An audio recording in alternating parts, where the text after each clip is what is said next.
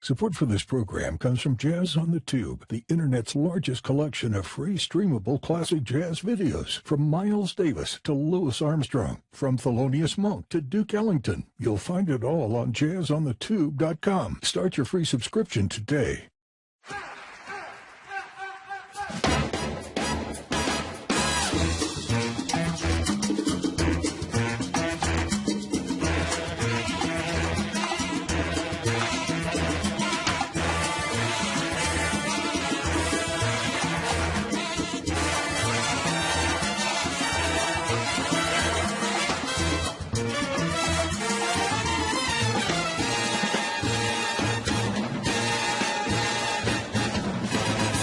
Hi, and welcome to Jazz Talk, a Jazz on the Tube podcast. My name is Ken McCarthy, and this is where we talk with people who are doing important work that supports and illuminates the music we love. The writers, the scholars, the educators, the filmmakers, the producers, and more. My name's Ken McCarthy, and I have a website called Jazz on the Tube, and I've been interested in jazz a long time, and I've been interested in jazz education a very long time. I actually wrote my undergraduate thesis on how do people learn jazz, and I wrote it so long ago I forgot that I wrote it, and I was just reminded of that today. And so when I discovered Vic's work, I was really interested, and my big question is, and maybe people have other questions to address too, is how can we use the things that Vic's uncovered to help more people become capable and happy musicians? Because I personally found music education to be torture when I was a kid, and I'm wondering if there's a better way. So that's sort of my motivation for getting us all together. So maybe I'll throw in something, and I'm sure Vic has plenty to say too. This is David Wright. One of the things that we noticed with those jazz greats like Armstrong was that he learned things by ear. He was a musician before he even ever learned to read music. And I can identify with that because I learned vocal harmony, as a kid, and I could harmonize with things, and my family could harmonize with things.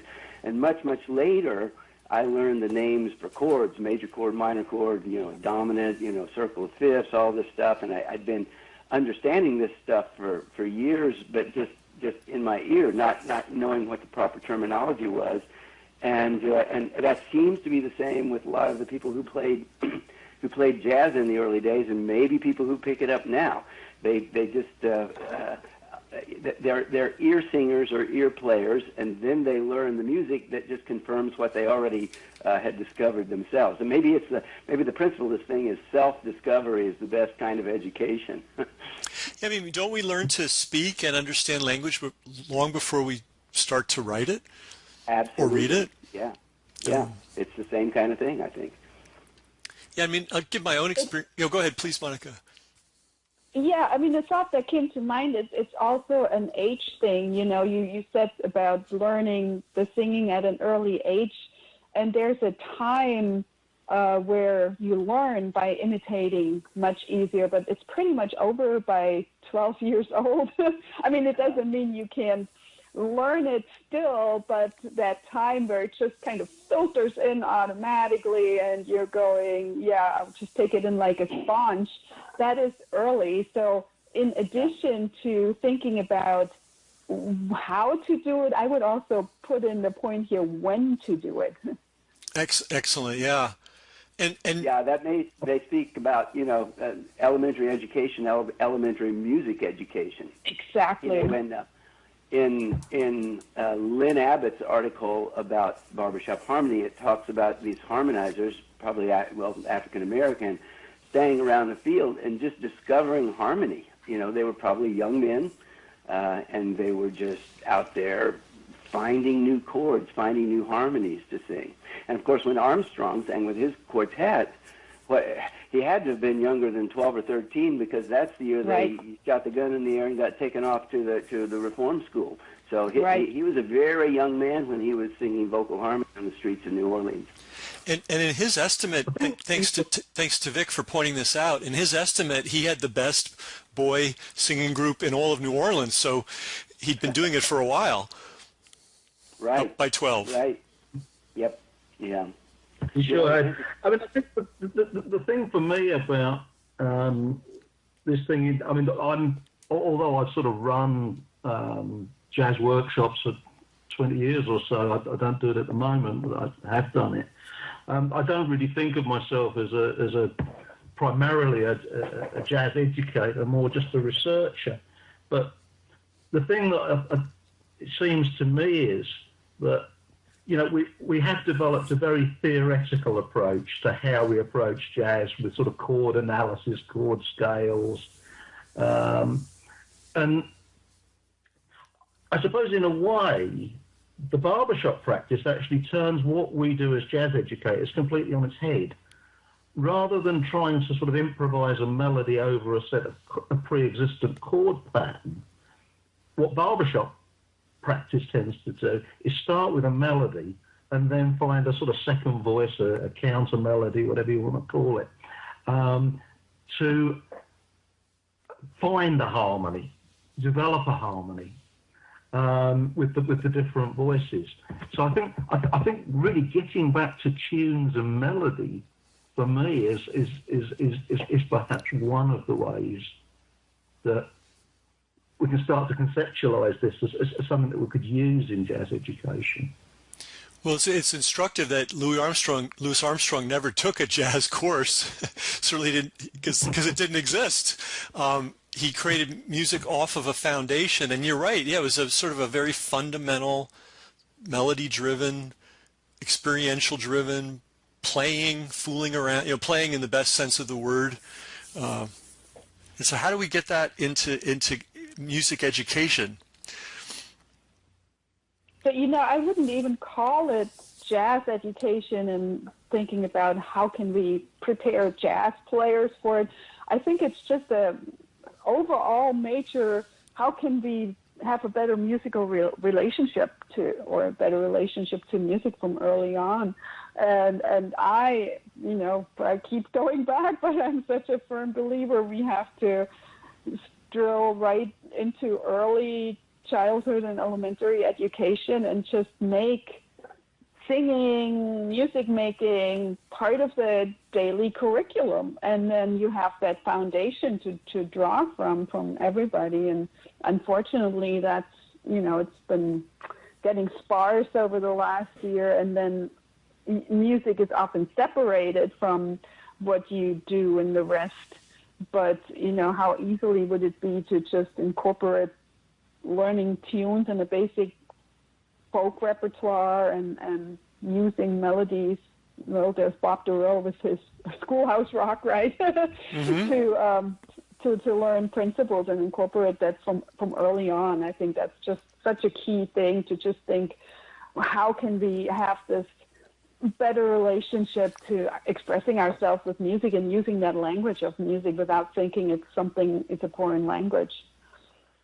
One of the things that I personally have in common with Louis Armstrong is that we both learned solfege as a kid. And Armstrong talks about just knowing the scale tones, do, re, mi, fa, sol, la, ti.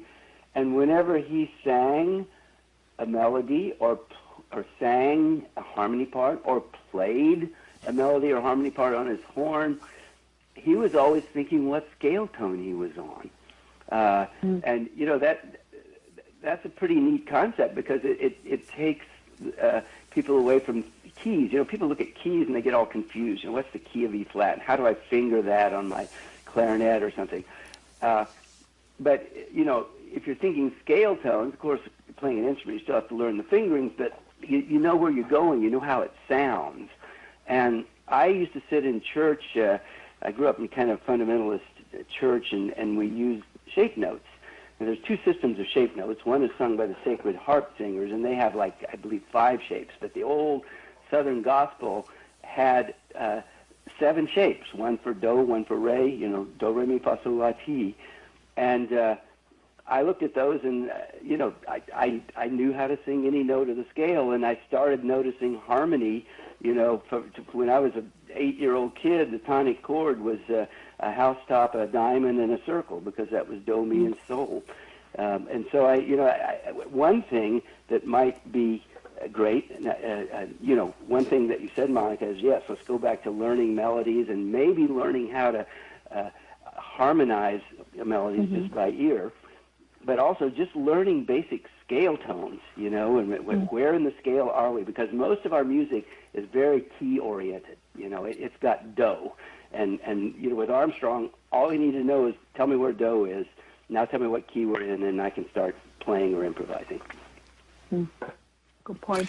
When you say shape notes, were the notes literally different shapes Yes. Oh, yes. Instead of a round note, if it was do, like if you were in the key of F, every F was shaped like a little housetop, and every scale tone too. So the key of F, if it was G, it was shaped like a little, round bottom, flat at the top, like a cereal bowl or something. So each scale tone has its own shape.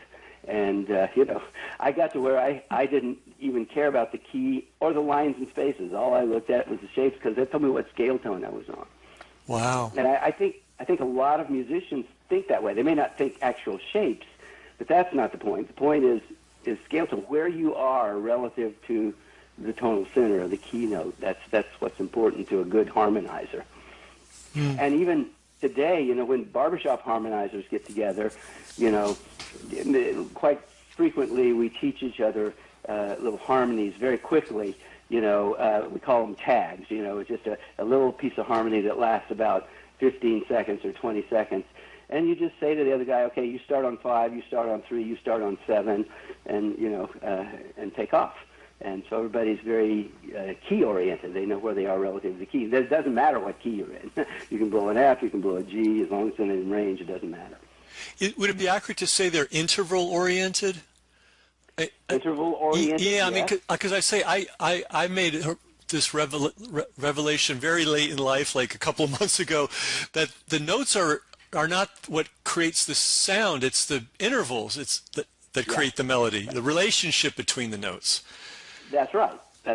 So the melody goes do, re, mi, sol, or something like that. It's those intervals that characterize that melody in your head and make you able to recognize it. And that's where I think maybe there's a mistake in, handing a kid an instrument and then handing him a book and saying, push these buttons to make a song come out, Right. Because you're kind of you're note focused as opposed to relationship between note focused, if you know what I mean. Yeah. And you kind of play dead. Like if you've ever heard certain children's orchestras, I don't mean to take away anybody's, accomplishment, but sometimes you hear some of these kids' orchestras, and it's not that they're out of tune. That's not the problem. It's that they sound dead. Like they're not playing a tune. They're just sort of walking through a set of instructions, which is memorized notes. Yeah, which is totally different than the musical impulse. Right. Yeah. One of the things, Ken, about the sort of music education in New Orleans was that it was absolutely the norm that you learned to sing before you learned to play. Bunk Johnson, for example, talks about how he, I think, spent 5 years singing before anybody put an instrument in his hand. Mm-hmm. It was seen as a necessary prerequisite. And, of course, I mean, that's what we do in classical music as well. If somebody wants to be a classical musician, we start them off on Bach chorales and singing in choirs and learning these intervals and sight reading, So maybe this is one of the important things that we could consider getting back to, a more sort of vocally orientated approach to music. And also learning basic harmonies before you even attempt to play more complicated ones. If people, of course, jazz, for example, has evolved a lot since New Orleans jazz. There's very abstruse jazz, and yet if a person just goes in to learn that directly, bypassing the step of learning the more basic kind of jazz that has, pretty straightforward harmonies and melodies, I think they're missing something. It's important that you understand the basic thing first and get that in your bones, And then that allows you a point of departure to try to really understand or reproduce something like what Miles Davis or Charlie Parker did. Going back to the solfege, is that what you call it? Solfege.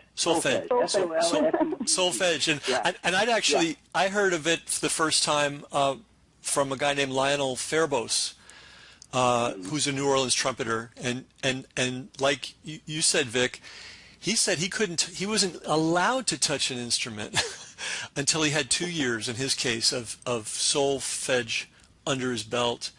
And then I checked this with some of the older musicians in Cuba, a fellow I know who's 90, and same thing for him. They had to do solfege first. He hated it, though, by the way. I asked him about it. He hated it, so maybe it was the way it was taught to him. I don't know.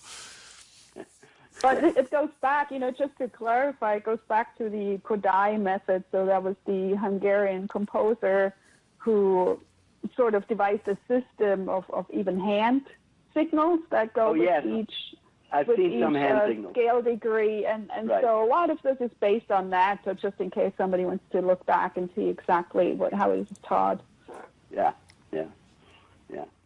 When did it disappear from the American? Yeah, go ahead. Yeah, sorry, I was just curious. David, you were saying that you learned this when you were young, but at what point did this sort of stop being taught in the American education system? I wouldn't be able to answer that for the British one either, but I'm just kind of curious. That's a good question. I don't know the answer, but I would venture to say a long time ago. Armstrong said he learned it in school. I know that my dad, who went to a one-room school in Kentucky, in rural Kentucky, learned it. That's the way they taught music back then. And of course, everybody had it in their hymn book. So I don't know if they used the hymn book as an example, but it wasn't just hymns that were written that way. But all the music in their music book was written in shape notes, and they learned solfege. So that would have been early 20th century, maybe 1920s. But I was never taught solfege or anything like it. When I was sitting in music school. I mean, I've seen it in sheet music from the 1920s, where they've got the do re mi's written over the top of the notes. So okay. It was still, I guess, common up until then, but I don't know when it disappeared. Yeah, I have no idea, but I think it's an idea worth exploring. It has not disappeared. I mean, just to clarify, it's not disappeared. There's a lot. There's even the American Kodály Society, and there are elementary teachers who teach it. I know in our elementary education, we at least show it to them. I think it just has been displaced a lot by, there's these method books, the Macmillans, and that usually the elementary teachers use, and they make it much easier. And so it's been displaced a bit, but there are still ones that teach it. I have two questions about that. Is there any association of teachers who can continue to use this method? Like, a group? There's the American Kodály Society that definitely is all trained in that, yeah. And is that a national movement, an international movement? International, but there's a specific American one. Is it kind of a vibrant group? Is it growing, holding steady, declining? Oh, I would say at least holding steady. I'm trying to find some info here to get some numbers for you, but it's pretty steady. How do you spell Kodály? Koda. It has like an apostrophe looking to the right, Ly. And his first name was Zoltán, Zoltán. He was a Hungarian composer. Oh. So what era did he live in? Do you happen to know? Well, he passed away. His method was implemented, or he started by 1925. So that's why, you see in all these early education, this is when it got popular, and when the settlers took it over to use it as a teaching method. And so by now there's still there's the International Society for Music Education. They have a Kodály group, and then there's the American Kodály Society. But a lot of teachers who might not go through training of it, they'll just won't teach it that way and use the method books. So he codified solfege. He didn't invent it. He came up with the symbols and the syllables to do it, and the system of the movable solfege. Because he was born I'm looking at the web. He was born in 1882, and so there must have been nothing like that preceded it, huh? And yeah, I mean, I think you'll find it actually goes back to 11th century Italy originally. Yeah, the Italians use it, but their thing is that they didn't have the movable do. So I think when they meant do, it meant C. Oh, okay. Oh, okay. And Ray meant D. But it's a short step from there to just, adopt the scale tones. You play the scale in the key of D, it's the same melody as if you play it in the key of C. So, but I would suspect that the movable do and thinking of music in terms of scale tones probably precedes the late 1800s. My guess is that was probably in American music earlier, in American teaching of music in schools, but I can't prove that, and it may well be that it happened in other countries too. And you say, and Monica, you say that something has supplanted it, method books? Well, commonly elementary music teachers, there's these series that the big publishers put out, like, for example, Macmillan, that have, all your lesson plans and all your songs and all the materials and the recordings. And you can just pretty much take it and use a recording and have the kids sing along, so you don't have to, teach it and come up with everything yourself. And I don't think all of them use they start a little bit with the syllabus, but I don't think they use it eventually because, elementary music teachers, there are many that are not necessarily musicians. They just happen and end up in the position of having to teach music. Mm-hmm. So the Kodály, the Kodály teachers are all teaching more or less classic solfege. So they base it on those hand signs, and there's even when you teach singing or when you teach choirs, you lead them by showing the notes with the hand signs. Interesting. It would be a very positive thing if a little more orientation in that direction could be adopted, in American primary schools. And it's not, I don't know. I'm not a school teacher myself, so I'm a little bit ignorant. I don't know what's going on down there. But just a little bit more orientation towards teaching kids simple melodies, teaching them a simple harmony, teaching them solfege and having them understand what the melody notes are in terms of the scale and what the harmony notes are in terms of the scale. That's the thing that launches a child's mind towards being able to hear harmony, and then it's a short step from there to being able to improvise harmony. And really, I think that's the key. If you can get a music student to where he can improvise something, not just read it off the page, not just memorize the notes, but actually improvise something, that's the first step to really understanding music and really being able to do music. And I imagine this thrived because it was fun. Yeah. Right? All these guys were trying, getting together and trying to figure out chords because it was, and you mentioned right at the beginning, David, the idea of discovery. It's not just, okay, here's what you must do, but here's elements, here's colors that you can play with and come up with your own creation. Like, for instance, we hand kids a piece of paper and paints, and we expect them to paint a painting, but we very rarely tell kids, write your own arrangement, or put a harmony to this, or write your own tune. Right. And that seems to be, to me, a big gap. Yeah, I agree. And again, I'm not speaking from a vast experience because I haven't looked to see what's happening in the third grade lately. But I suspect there's not a lot of teaching them to harmonize. The other thing that caught my attention about this is, you often come across schools that are trying to raise money for instruments, and it's very important that the children have access to instruments.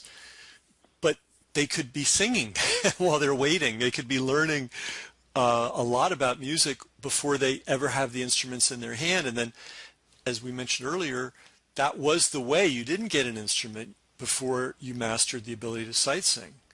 So right. I imagine kids aren't even being taught to sight sing unless they're in one of these Kodály classrooms. They may be being taught to sight sing, but they're probably not being taught to think of it in terms of scale tones. I do think sight singing gets taught, but it might be in terms of intervals. I don't know. I don't think it's very scale tone oriented. I could be wrong about that, but that's my impression. Well, my experience of learning music was we did have, from time to time, we did have a choir teacher come in, and she'd teach us the song, and it had to be by ear because we weren't reading anything, and it was all unison. There was no harmony, and we just sang the songs together. It was fun. And then my other experience of music was, okay, here's a piano, here's instructions, put this finger there, put that finger there, and I kind of ignored it. I just memorized the tune and then played it back, which I imagine a lot of kids do, because it does seem illogical to start reading and even dealing with an instrument until you can sing all the melodies that you have in your mind. That's true, and the jazz guys did. They all could sing before they could play, and I think that's significant. And a lot of people that really get good at playing the piano, they figure it out for themselves before they even have any lessons to say, what they're doing in terms of music theory or anything. They just start playing. They figure out how to play in a certain key, and they figure, let's see, if there's this other key, here's what I would do. They just figure it all out. They play by ear. I think Count Basie, for example, never did learn to read music. He played everything by ear. Wow. Or Irving Berlin didn't. He just plucked it out with one finger. Really? That's right. He eventually learned to play, but interesting thing about Berlin is he learned to play on the black notes of the piano. So his favorite key was F sharp. And everybody else's worst key, right, was his favorite key. And he was so glued to the key of F sharp that he had what's called a piano with a sliding board. So if he wanted to play in the key of E flat, you just slide the whole string board so that E flat is now positioned under the F sharp key, and it continued to play in F sharp, but it came out in E flat. Wow! He wasn't a very versatile piano player. He was. But the interesting thing is that, like with the different methods, going back to them, actually the Kodály method makes really good sight readers because, you get this sense of which note is which in that translation. But on the other hand, the Suzuki method where you start learning by ear, and completely learn by ear and don't get introduced to notation until later, has been shown to have been issues later with people when they have to read, then it's really hard for them. Yeah. That's why I'm wondering about the hand gestures. It's not writing in a sense, but it's a visual representation of a sound. And it helps. I bet it's a huge help. I bet it's a really huge help. And then it makes it the transition to reading music a lot easier. Exactly. I kind of related, unrelated, but sort of related. Maybe some of you've heard this too. I'm amazed at the number of really accomplished musicians I know who say they see shapes and they see different tones have colors to them. They're having a synesthesia experience when they're playing music. It's not purely an oral or aural experience for them. There's a visual component too to it. It's usually very idiosyncratic to them, but it's not not for everybody. But the number of people that I've had conversations about this is enough to make me think it's significant. I am not that way, but I have talked to several people who, for example, see colors with certain keys or with certain pitches, and that's amazing to me because I don't. Now, I certainly feel moods and emotions with certain tone combinations that make chords, but that's a totally different thing from what you're describing. But yeah, I don't understand at all or experience what you just described, Ken, but I have definitely talked to some very good musicians who have that exact same experience. And I'm quite sure that's not anything that can be learned. Yeah. But it does show that there is possibly a visual processing element to music, even if it's idiosyncratic. Everybody has their own way of doing it. But so psychologically, it makes sense because the more connections you have to anything, the deeper it gets. So if you just think of the melody note, I have to play a C, then that's a very abstract concept. But when you know the C and you your finger muscle feels where the C is, and you have some association, this is the hand signal that goes with it. Each one of those associations makes it a deeper experience, and that's why you see that. Yeah, there's a picture on the Kodály Method website with kids holding fingers up. Do you hold up one finger, two fingers? Is that how it works? It's a little unclear. But every singer's got their hands up in a gesture while they're singing. Well, those signify the scale, the notes that they're on. The scale tone, yeah. Mm-hmm. Yeah, so if the altos are on scale tone 3, then there's a hand signal for scale tone 3, so they're holding up that particular signal. The sopranos are on different notes, so their hand may be in a different position.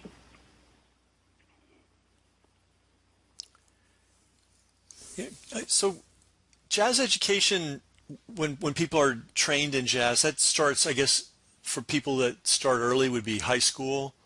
Yeah, sure. There are certainly high school jazz bands. Middle school, actually, already. Oh, really? Already? No kidding. Yeah. In the States, they usually have the middle school bands in 7th and 8th grade. And so that's 12 and 13. Mm-hmm. And is the normal path, you sign up for an instrument and then I guess you get lessons somewhere and then you show up to band and the band teacher leads you through the tunes? Right. So what I saw with my kids here, obviously I grew up in the European system, but I had my kids here, so I saw them go through. So it's actually even by 6th grade you can join some things, some outside things, and in 7th grade you can pick an instrument, and there's one hour a day where you're in band, and you learn with the group, and taking lessons is up to you. Some just kind of learn along by whatever they have to do. Okay. But you can go through all the way to 12th grade and just play in the different ensembles, and yeah. So it starts when then? And did you say seventh grade for sure? 7th grade, at least here in the system, yeah. Okay. And whatever instruments are available, that's what you end up playing. Yeah, well, and me being an advocate for women in jazz, I mean that's one of the issues that we still have to work on because that's where a lot of the great divide starts. The girls don't get the saxophones and trumpets. Right, they get the flutes and the violins and the clarinets and the clarinets, and then they don't end up in jazz bands. How is that? So that's the American system. So you experience the European system. How do they handle music and education? Well, in Europe, you mostly, or at least in Germany where I grew up, you mostly learn in community bands. So yes, you do have music in school, but it's kind of general music. You learn about history, and maybe there's a choir that you can join. But the instrument learning mostly goes on in community bands and community schools, which is highly encouraged and very well viewed. Learning an instrument is kind of the thing to do, but it's outside of school. Oh, and so when you say community, so who would organize that and make it happen? Community bands, most of them are subsidized by government funds, local funds, and it's usually a hired director who has a full-time job as a director of the band and or the community music school, and yeah. So a town would have a music director, and he or she would have a bunch of different community-based music projects for people of different ages. And a music school. That's yeah. Wow, it sounds ideal. Well, then look in Sweden. There's where it's ideal. There's every kid gets free music lessons. Really? In Sweden? Yeah, in Sweden. That's why you see all these Max Martins and great Swedish musicians killing it. Okay. I started to say that harkens to what happens in barbershop music. It's all just amateur musicians coming together, but they can make incredibly great music. But it's like the people who walk in the door kind of get hooked on barbershop. They may not be able to read music at all, but they have to have a good enough ear that they can sing a melody or they can sing a harmony and be in tune and just learn it by rote. But it's just there's no. We don't sit out. I sing in a chorus of 130 men, and there's no music lessons given. It's all just get up there and learn your part, and now let's start doing what you have to do to make the music take shape and come alive and have dynamics and all this sort of thing. But it's all just it's very organic. Nobody. There's no lessons, no anything. Everybody just learns what to do by doing it. And everyone's singing. They're not dealing with the techniques of an instrument. Right. That's right. But it may be the same principle. Learning about Louis Armstrong convinced me. What was it he always said, Vic? He always said singing is playing. Somebody asked him what's the difference between singing and playing, and he says playing is singing. So it may be the same thing. That's such a huge, profound revelation. Sort of lost. I think it's nothing's more fundamental, and we're certainly getting it from a good source. It's not like he's a fringe character. I mean, if anybody knows, he knows. He knew. Right. And I'm wondering just how. The point is, he had the music in his brain, in his mind, and therefore for him, it didn't much matter whether he sang it or played it. That's why when he became a cornet player, but pretty soon he would just stand up and kind of do scat, the same notes he would be doing if he was playing his horn. It just was all the same to him. Yeah, I got that from. Go ahead. Yeah, I was just going to say. There is this quote that singing was more. He said singing was more into his blood than the trumpet, because of course that was how he started out. So, and I've recently been told that there is another interview where he was specifically asked how. There was a young player asked him how to get into improvising. He said, "You've got to sing in a quartet, listen to the melody, and then learn your own lines." Basically, I haven't actually got hold of a copy of this interview yet, but Ricky Riccardi at the Louis Armstrong House Museum has uncovered it. He showed me a typescript of it, but I haven't actually heard But it's quite clear from all of the things that Armstrong said that this is exactly how he did it. He just converted his singing directly onto an instrument. In that session that you and David did in New Orleans, one of you was quoting that something to the effect that get any four black boys together and they're a quartet. It was that the knowledge. James Weldon one comes from. Yeah. Yeah. So that's right. So the knowledge of how to do this, or the culture that encouraged people to learn how to do it, was everywhere. You're in an age before radio and television and all the rest of it, and folks get together and just sing. It's what they do. It's very, very clear from once you start looking at these oral histories, and that this was just going on absolutely everywhere. Everybody was doing it. I was reading a book by, I'm trying to get his name, Elijah Wald. Elijah Wald. Oh, he's phenomenal. Yeah, but Rick and I, we've written back and forth about him. And it's just interesting. There was a section in his book, How the Beatles Destroyed Rock and Roll, which is a very wide-ranging book. It's really not just about the Beatles, and it's not just about rock and roll.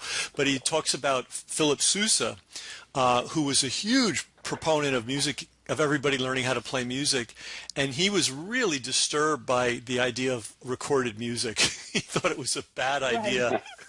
There's a famous letter, yeah. So I guess that was it Plato? One of those guys was concerned about the written language. He thought it was going to dull people's minds. That's a different topic, but. Are we just, because of the existence of recorded music, are we doomed to have this sort of apartheid of some people learning to make music and the rest sitting on the sidelines? I guess that's one of my curiosities. Why is it this way? You go to a place like. Well, there's a lot of people who feel like. Music learning went way downhill with the advent of having, just music in your home. It used to be, and a lot of my barbershop history research leads me to this, that, back before the advent of radio, everybody did something in the home. What do? You're sitting around at night, and there's a piano in the parlor. What do? You make music.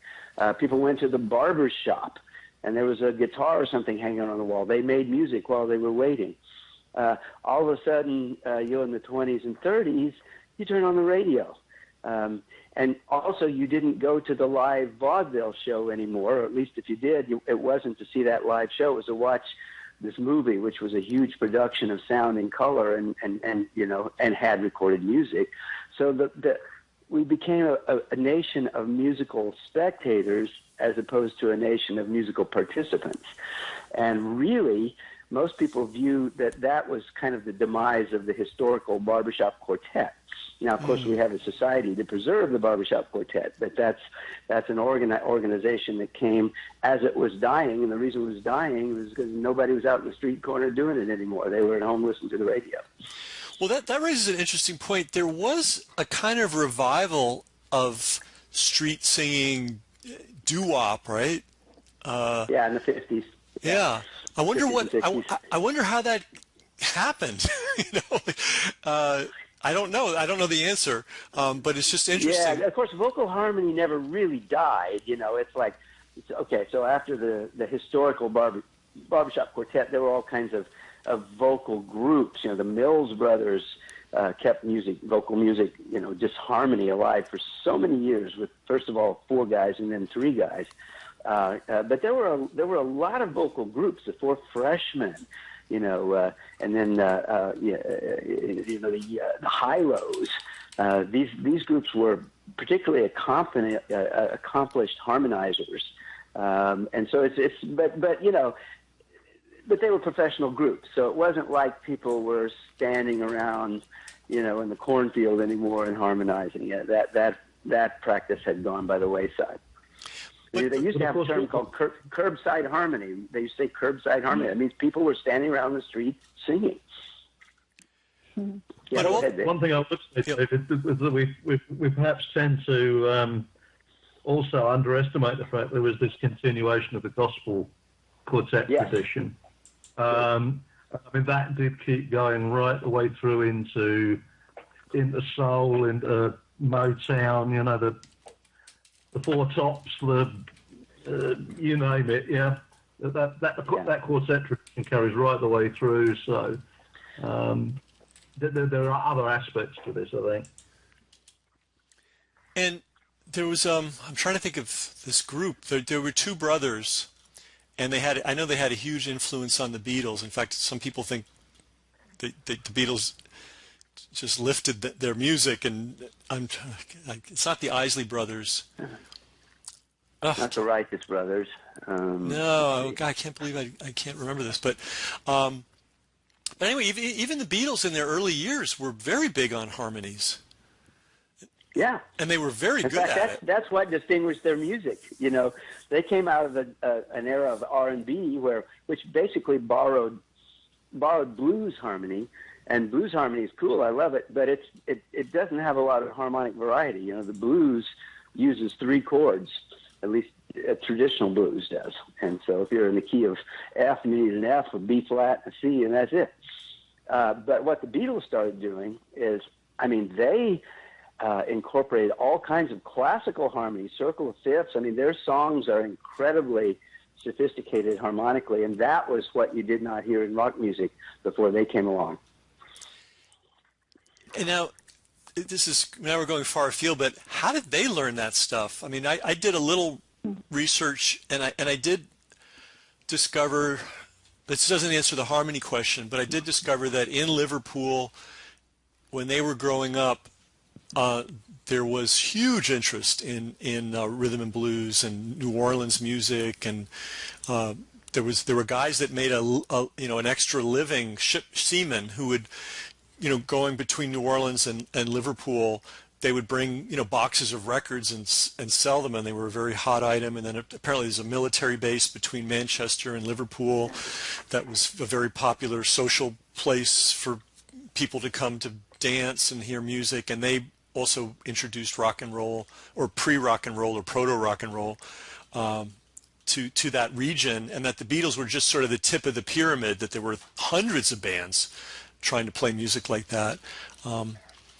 But I know they also talked a lot about what's that tradition that in Britain they have these shows, these almost like, I guess it's like vaudeville, and they experienced them, or some, McCartney did. It went to shows like that were vaudeville type of performances. Music hall, I think, is the music hall. There you go. Yeah. Music hall. Yeah. Yeah. So what's the state? Yeah, I'm no expert at all on the Beatles, but I do know that one or more of them, probably more than one of them, really had a sophisticated understanding of harmony and just harmonic variety. And what's the song? Because the world is round, it makes me high. Oh yeah. Acapella. Yeah. I mean, that's an incredible piece of work. It doesn't sound like any other rock song you've ever heard from that era. Yeah, and that wasn't given to them by their producer. They had to have that in them, right? You can't just wing that because a producer thinks it's a good idea. It has to be in you. No, they harmonized it. It's the Everly Brothers.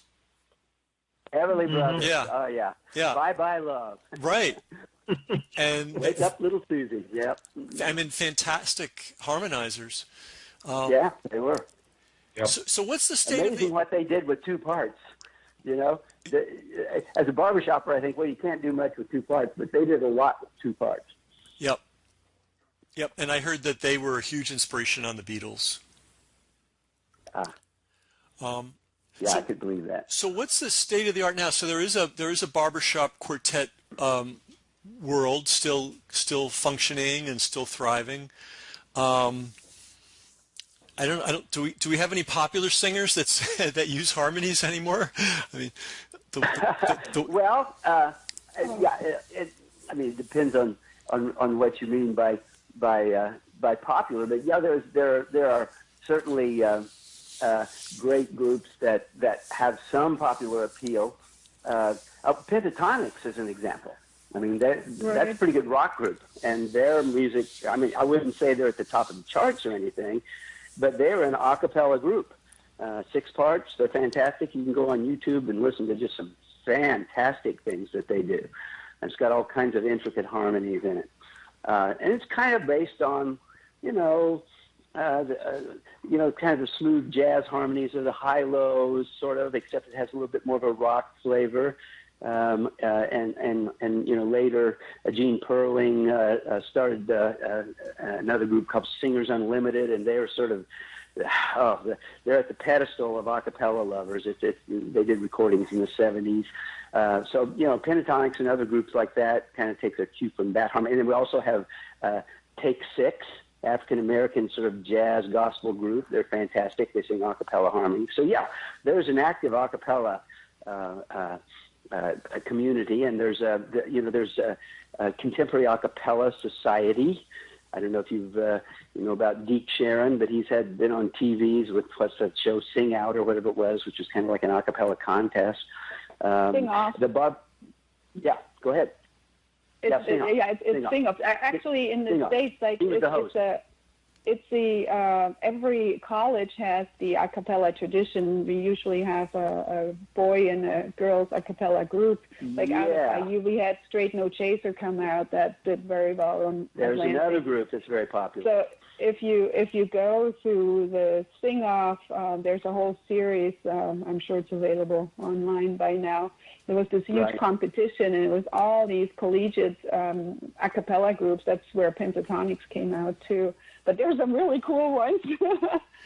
The kids are singing a cappella in the universities like crazy. I mean, in my university, Washington University in St. Louis, I think there's 8 a cappella groups. Oh, wow. They have different slats. Some are all male, some female, some mixed. There's one that sings Jewish songs, rock songs, classical songs. I mean, and they do a lot of their own arrangements. They do mostly their own arrangements. So it's a pretty vibrant scene, and they have these competitions. I've been asked to judge them from time to time. They're amazing. And they're called... Well, the whole movie Pitch Perfect, Perfect 1, 2, 3 kind of recultivated a lot of that scene. That's right. And by the way, Deke Sharon did all the musical arrangements on those movies. So he's sort of the a cappella guru. I should say a word about the barbershop community. Like, barbershop is a worldwide thing. It's various organizations in the United States. The Barbershop Harmony Society used to be all male, but now it's mixed gender. That's very recent. But there's an all-female group called the Sweet Adelines, and both of these organizations have 20,000 members apiece. And then there's worldwide movements. There's movements in Germany, and Sweden, and England, and Australia, New Zealand, Japan.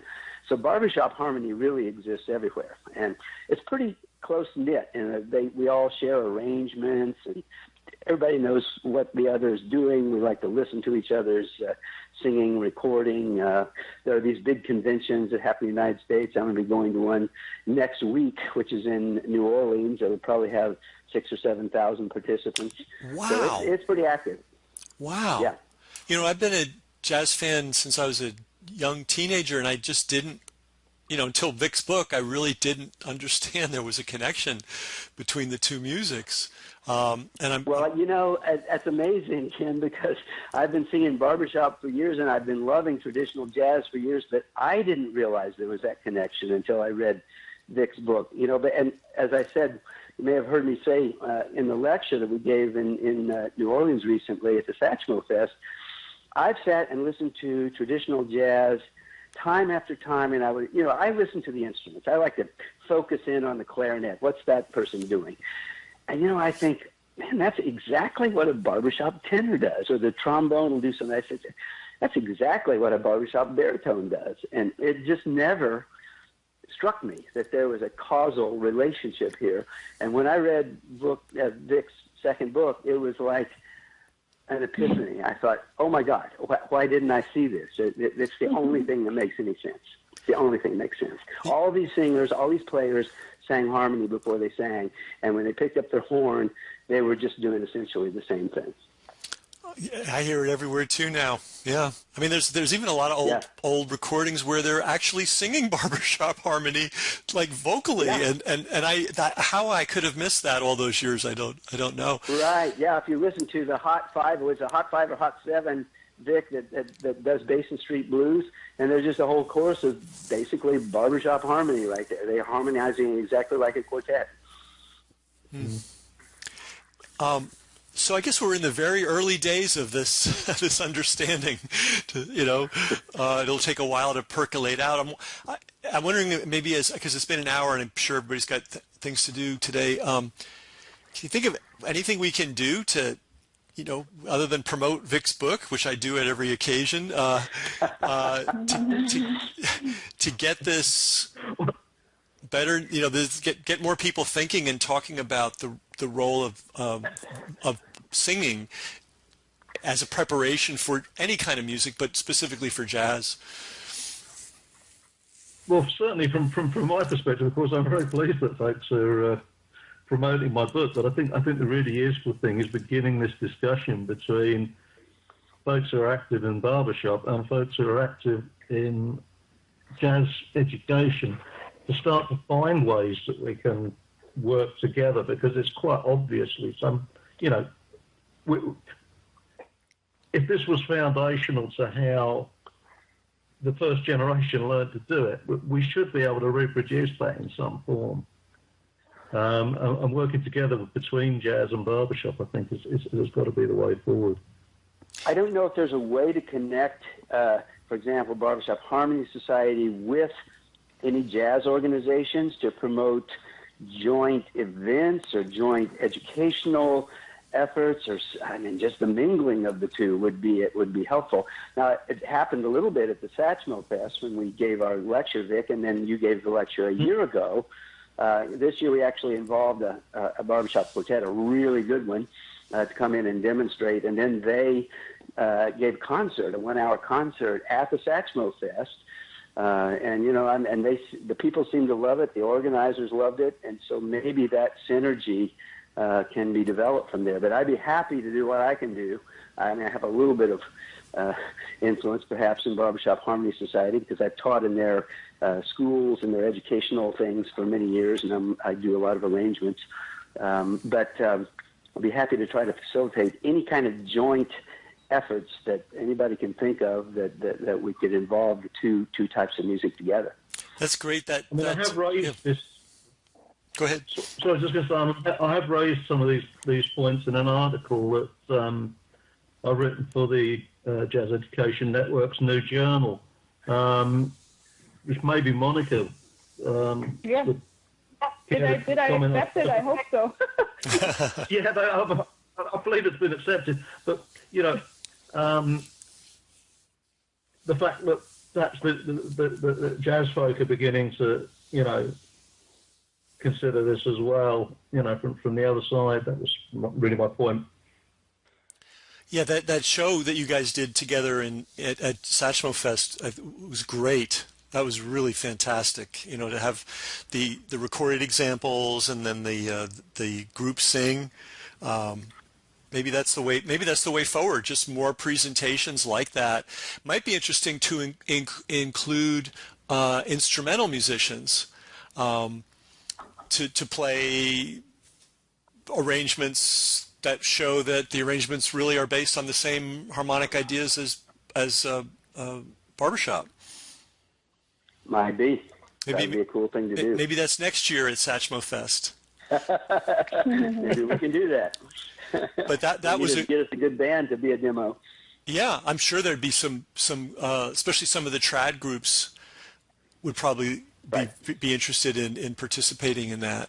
And then I think that the pot of gold at the end of the rainbow would be Wynton Marsalis, and because he's such an advocate of New Orleans and of Louis Armstrong in particular, and someday maybe that's a long-term goal, because they put on programs all the time, and they're of course very high profile and very influential. They have that annual competition of high school jazz orchestras, and they're in contact with lots and lots of music teachers. Maybe that could be a long-term goal to somehow catch their attention. Well, great. Well, thanks for joining us and doing this call and getting us to talk more about this. Monica, are you a music educator? Sorry, I don't know the answer to that. Well, I'm a jazz pianist, and I teach at Indiana University. I teach in the arts management program right now, but all my degrees are music education. Ah. I mean, maybe someday someone could design a semester course, that puts all this together, the solfege and Vic's books, and how just make it an event, and an academic event with a practical component too. People actually working. That might be possible. Yeah. Yeah. Well, great. Well, I love this. It's one of the most, Vic, I love your book as much today as I did when I first read it. I think it's epically important, and we'll just keep chipping away at it. I have about 30,000 email subscribers, and I did mail the Satchmo Fest show that you guys did to them. So a couple of thousand people at least have seen it this week. And I suspect you may get, Ken, some emails about our discussion about teaching how music is taught in elementary schools. I bet you have some teachers out there that say that, I do exactly what you say, or have some comment on that. If there are educators out there listening, I bet you get some response. Well, that leads to this question. I think this went very well, and we all sounded pretty intelligent. Would you mind me packaging this and mailing it out? Specifically, I would say, hey, if you're a music educator, please listen to this and give us feedback. Is that okay with everybody? That'd be great. That's fine with me. Absolutely. Monica? Yeah. Okay, great. Oh, good. I'm going to do that, and then I'll tell you what. When hopefully we'll get some feedback, because I find unless you specifically ask for feedback, you may not get any really. So I'm going to specifically mail this. Specifically focused on music educators, and specifically asking for them to participate and give their ideas. Okay. Great. Sounds good to me. Great. Thanks, well, Kim. Great. Nice to meet you, Monica and David. Great to talk with you again, Vic. Good to talk with you, Ken. It's been a pleasure. Yay. Everybody have a good day. Bye. Thank you. Bye-bye. Yeah. Goodbye, everyone. We hope you enjoyed the podcast. If you did, please share it. That's how we grow. And remember to subscribe to JazzOnTheTube.com, the Internet's largest collection of free, streamable, classic jazz videos.